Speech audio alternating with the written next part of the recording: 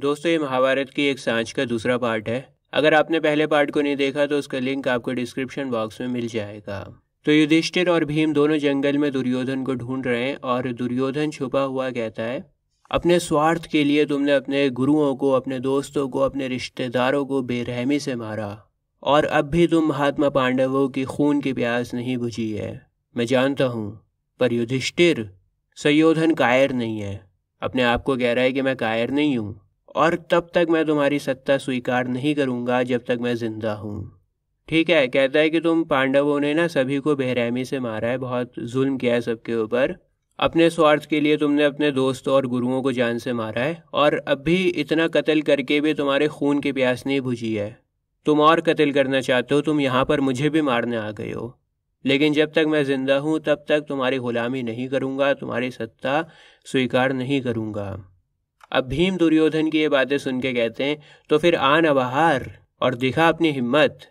जिस काली आंख को तूने सालों तक घी डाल के उभारा है, मतलब इतने सालों से जो तू नफरतें फैला रहा है ना, नफरतों की आग तूने लगा रखी है इतने सालों से, उस नफरत की आग में तेरे साथी लपट के स्वाहा हो गए। अब तू उसी आग को क्यों बचाना चाहता है? अच्छी तरह से समझ ले, ये आग बिना तेरी मौत के कभी नहीं बुझने वाली है। मतलब कहना चाह रहे हैं कि अब तो सारे लोग मर गए तेरे, तो तू क्यों भाग रहा है? सबकी मौत हो गई है, तेरी मौत भी होके रहेगी।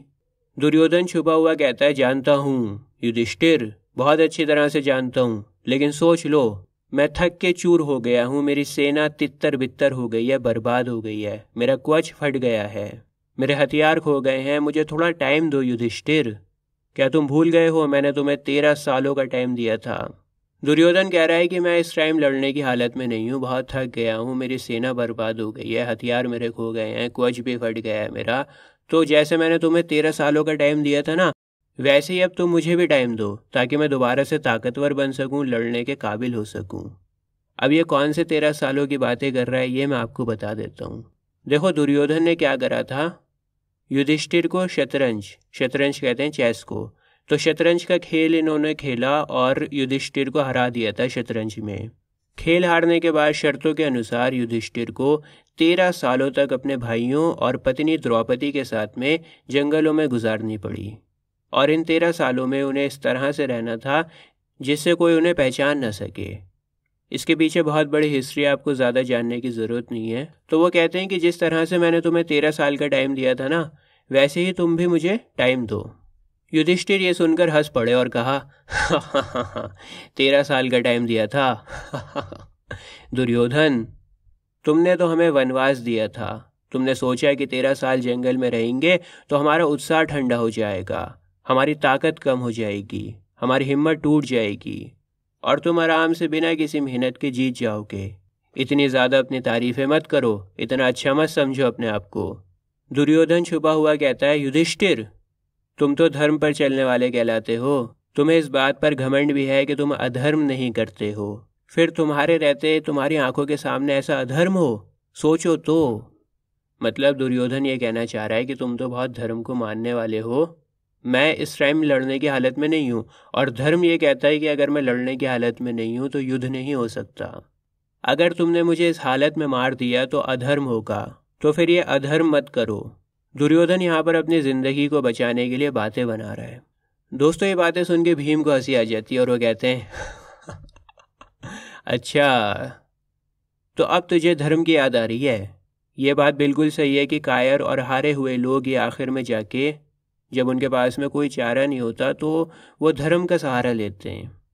भीम का कहने का मतलब ये है कि जब तक कायर के पास में ताकत होती है ना, सब कुछ एकदम बढ़िया चल रहा होता है उसकी ज़िंदगी में, तब तो वो धर्म की बातें नहीं करता, तब तो वो धर्म के रास्ते पर नहीं चलता। लेकिन जब ताकत ख़त्म हो जाती है, कुछ गलत हो जाता है उसके साथ में, बुरा वक्त आता है, तो एकदम से वो उसको धर्म की याद आ जाती है। युधिष्ठिर कहते हैं, अरे दुष्ट बुरे इंसान, तेरा धर्म तब कहाँ चला गया था जब एक निहत्थे बच्चे को 7 महारथियों ने मिलकर मारा था, जब आधा राज्य तो दूर की बात है, सुई की नोक जितनी ज़मीन भी तुझे देना ठीक नहीं लग रहा था। अपने अधर्म से तूने इस पवित्र भारत की ज़मीन पर नफरतों की आग को भड़काया है, और अब तू धर्म की बात करता है। धिक्कार है तेरे ज्ञान को, धिक्कार है तेरी वीरता को। दोस्तों मैं आपको बता दूं, यहाँ पर युधिष्ठिर जिस बच्चे की बातें कर रहे हैं वो बच्चा है अभिमन्यु। युधिष्ठिर कहते हैं कि तू धर्म की बातें कर रहा है, तेरा धर्म तब कहाँ चला गया था जब 7 हट्टे कट्टे लोगों ने मिलकर अभिमन्यु, जो कि एक बच्चा था और निहत्था था, उसको मारा था। इसके अलावा दोस्तों मैं आपको बता दूं, सुई की नोक जितनी ज़मीन भी नहीं दूंगा, ये बात भी दुर्योधन ने कही थी। तो दुर्योधन की बात को ही दोहरा रहे हैं युधिष्ठिर। कहते हैं कि तेरा धर्म तब कहाँ चला गया था जब 7 हट्टे कट्टे लोगों ने मिलकर अभिमन्यु को मारा था, और जब तू इस तरह की बातें कर रहा था कि सुई की नोक जितनी ज़मीन भी तुझे नहीं दूंगा। तूने इतने गुनाह किए हैं, अब मौत तेरे सर पर सवार है, तो तू धर्म की बातें कर रहा है। इसके बाद दुर्योधन कहता है, एक निहत्थे थके हुए इंसान को घेर कर वीरता का ज्ञान बांटना बहुत आसान है युधिष्ठिर।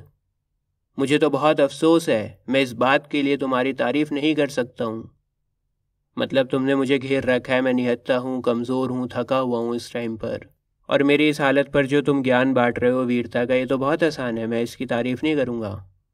पर हाँ युधिष्ठिर, मैं सच कहता हूँ तुमसे, जो कत्ले आम हुआ है ना, खून खराबा हुआ है, ये मुझे बहुत बुरा लग रहा है।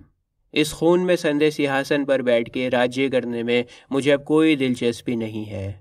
मतलब इस सिंहासन की वजह से बहुत खून खराबा हो गया है, और अब ये राजगद्दी खून में संध गई है, और इसलिए अब मुझे ये सिंहासन नहीं चाहिए।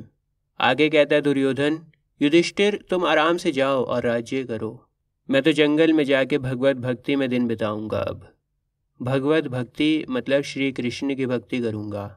देखो दुर्योधन फंस चुका है यहाँ पर, उसे अपनी जान बचानी है कैसे भी करके, तो वो बातें बना रहा है यहाँ पे। कहता है कि अब मैं बदल गया हूँ, पहले जैसा नहीं रहा, मुझे बहुत अफसोस है कि मैंने ये सब लड़ाई झगड़ा करा, खून खराबा किया, और ये जो सिंहासन की गद्दी है ना, इसके ऊपर बहुत खून लग गया है, तो अब मुझे ये सिंहासन नहीं चाहिए, मैं तो जंगलों में रहूँगा, जंगलों में भक्ति करूँगा, तुम जाओ और आराम से राज्य करो।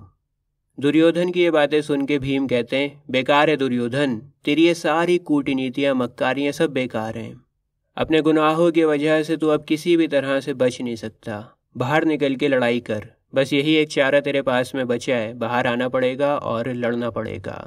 दुर्योधन कहता है, अगर तुम्हें अप्रस्तुत को मार के सुकून मिलता है ना, तो लो मैं बाहर आता हूँ। अप्रस्तुत का मतलब होता है अनप्रिपेयर्ड, जो तैयार ना हो, मतलब मैं तैयार नहीं हूं ना युद्ध के लिए, अगर तुम्हें ऐसे ही युद्ध करने में सुकून मिलता है तो लो मैं बाहर आ रहा हूँ। इसके बाद दुर्योधन बाहर आने लगता है तालाब से। दुर्योधन बाहर आते हुए कहता है, पर युधिष्ठिर मैं पूछता हूँ तुमसे कि मेरी जान लेके तुम्हें क्या मिलेगा। युधिष्ठिर कहते हैं, अरे पापी, अगर तुझे अपनी ज़िंदगी इतनी ही प्यारी थी तो फिर इस महाभारत को क्यों रचा तूने? न्याय को ठोकर मार के अन्याय के रास्ते पर क्यों चला तू? क्यों मक्कारियाँ करी, क्यों लड़ाई करी जब जिंदगी इतनी ही प्यारी थी? दुर्योधन कहता है, युधिष्ठिर मैंने जो कुछ भी किया ना, वो अपनी रक्षा के लिए किया है, मैं जीना चाहता था, मैं तो बहुत शांति से मिलजुल के रहना चाहता था, मुझे थोड़ी ना पता था कि तुम्हारे रहते मेरी इतनी सी इच्छा भी पूरी ना हो पाएगी।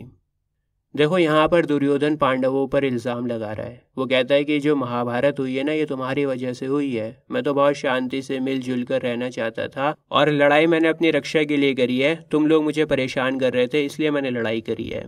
दोस्तों महाभारत की एक सांझ की आगे की कहानी देखने के लिए अभी आपकी स्क्रीन के ऊपर एक प्लेलिस्ट आ रही होगी, इस प्लेलिस्ट पर अगर आप क्लिक करोगे तो आपको आगे की कहानी पता लगेगी। मिलता हूँ आपसे अगली वीडियो में। जय हिंद।